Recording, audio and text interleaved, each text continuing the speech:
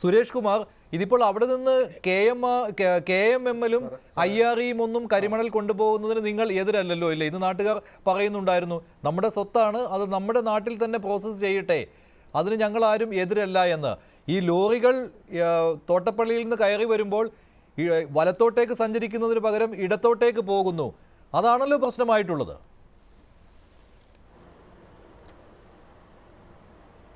സാറേ, ഈ ആലപ്പുഴ തീരത്തെ സംബന്ധിച്ച് അവിടുന്ന് മണലെടുക്കാവുന്ന ഒരു തീരമല്ല. കാരണം ഈ കുട്ടനാട് എന്ന് പറയുന്നത് 2.5 മീറ്റർ മുതൽ 3 മീറ്റർ വരെ താഴെ കിടക്കുന്നതാണ്. ഈ കുട്ടനാട് സംരക്ഷിക്കുന്നത് ഈ ഡെൻസിറ്റി കൂടിയ ഈ തീര മണലാണ്, കരിമണലാണ്.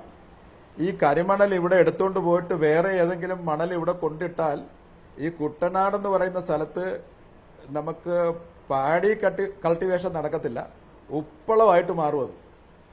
അതുകൊണ്ട് ഇപ്പോ ആലപ്പാട് സ്വാതന്ത്ര്യത്തിന് ഇന്ത്യ സ്വതന്ത്രമാകുന്നതിന് മുമ്പ് മണലെടുക്കാൻ തുടങ്ങിയതാ. ആലപ്പാട്ടുകാരോട് പറഞ്ഞു ഇത് സിംഗപ്പൂരാകുമെന്ന് പറഞ്ഞു. ആ സ്ഥലം സിംഗപ്പൂരായി മാറിയില്ലെന്ന് മാത്രമല്ല, അതിപ്പോ ഏതാണ്ട് 80 സ്ക്വയർ കിലോമീറ്റർ ഉണ്ടായിരുന്ന സ്ഥലം അത് ഏതാണ്ട് 8 സ്ക്വയർ കിലോമീറ്റർ ആയിട്ട് ചുരുങ്ങിപ്പോയി. ഇപ്പോൾ വരാൻ പോകുന്നത് ഇവിടുന്ന് സ്വകാര്യ മേഖലയിലോ സംയുക്ത മേഖലയിലോ പൊതുമേഖലയിലോ ഈ തീരത്തുനിന്ന് മണലെടുത്താൽ ഈ തീരവും ആലപ്പുഴ ജില്ലയും കാണത്തില്ല എന്ന് ആദ്യമായി പറഞ്ഞത് ബഹുമാന്യനായ സഖാവ് പിണറായി വിജയനാണ്. അദ്ദേഹം എഴുതിയൊരു പുസ്തകമുണ്ട്, ഇടതുപക്ഷം ചെയ്യേണ്ടത്. അതിനകത്ത് മണൽ ഖനനത്തെക്കുറിച്ചും കടൽ മണൽ ഖനനത്തെക്കുറിച്ചും അദ്ദേഹം 46-ാമത്തെ പേജ് മുതൽ ഏതാണ്ട് ഒരു 10 പേജ് എഴുതി വച്ചിരിക്കുകയാണ്. എന്നിട്ട് അദ്ദേഹം തൃക്കുന്നപ്പുഴ വന്നിട്ട് അദ്ദേഹം പ്രഖ്യാപിച്ചു, ഏഷ്യയിലെ ഏറ്റവും എക്കോളജിക്കലി സെൻസിറ്റീവായ ഈ സ്ഥലത്ത് നിന്നും മണൽ സ്വകാര്യ മേഖലയിലോ സംയുക്ത മേഖലയിലോ പൊതുമേഖലയിലോ മണലെടുക്കാൻ പാടില്ല എന്ന് പ്രഖ്യാപിച്ച അദ്ദേഹമാണ്.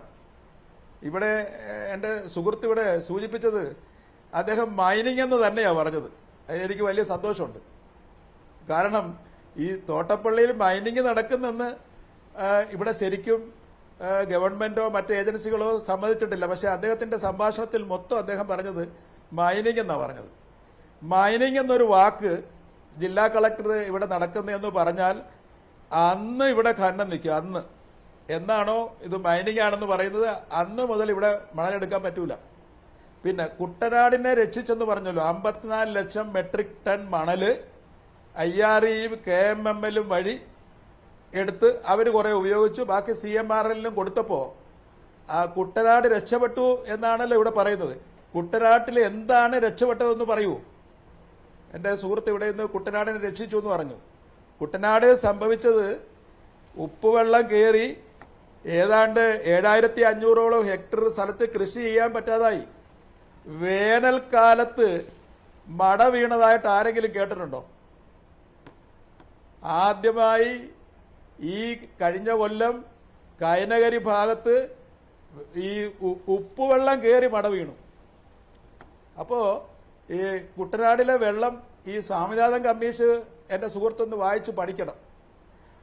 അദ്ദേഹം MS സ്വാമിനാഥൻ റിസർച്ച് ഫൗണ്ടേഷൻ അതിനകത്ത് പറഞ്ഞിരിക്കുന്നത് ഈ പമ്പയാറിലെയും അച്ചൻകോവിലെ ആറിലെയും മുഴുവൻ വെള്ളം, കുട്ടനാട്ടിലെ മുഴുവൻ വെള്ളവും ഈ തോട്ടപ്പള്ളിയിൽ കൂടെ ഒഴുകി പോകൂല.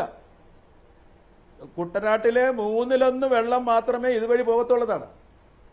54-ൽ ഇത് കമ്മീഷൻ ചെയ്യുമ്പോൾ ഇത് വിഭാവന ചെയ്തവരുടെ സ്വപ്നം 19,500 ക്യൂബിക് മീറ്റർ വെള്ളം ഒരു സെക്കൻഡിൽ ഇതുവഴി പോകുന്നായിരുന്നു. പക്ഷെ കമ്മീഷൻ ചെയ്ത് നോക്കിയപ്പോൾ 600 m³ മാത്രം വെള്ളമേ ഇതുവഴി പോയുള്ളൂ. ഇപ്പം പോകുന്ന വെള്ളം ഏതാണ്ട് 350 ക്യൂബിക് മീറ്റർ മാത്രം വെള്ളമാണ് ഒരു സെക്കൻഡിൽ പോകുന്നത്. അതാണ് ഇവിടെ രസകരമായ വസ്തു. ഈ 2007-ലും ആണ് സ്വാമിനാഥൻ കമ്മീഷൻ റിപ്പോർട്ട് വെക്കുന്നത്. 2011-ലാണ് ഈ നമ്മുടെ IIT-യുടെ റിപ്പോർട്ട് വരുന്നത്. ഇത് രണ്ടും വെള്ളപ്പൊക്കത്തിന് മുമ്പുള്ള റിപ്പോർട്ടാണ്.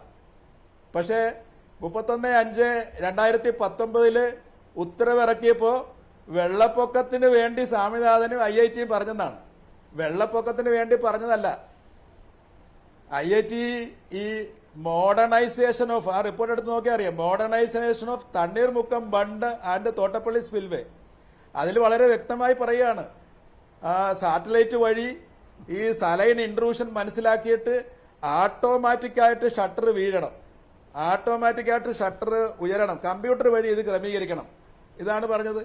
പക്ഷെ ആ റിപ്പോർട്ടിലൊക്കെ ഏറ്റവും ഒടുവിലത്തെ കാര്യം മാത്രം ഈ മണൽ നീക്കം ചെയ്യണം എന്നുള്ള കാര്യം മാത്രം ദുരന്ത നിവാരണത്തിന്റെ മറവിൽ സ്വീകരിച്ചു.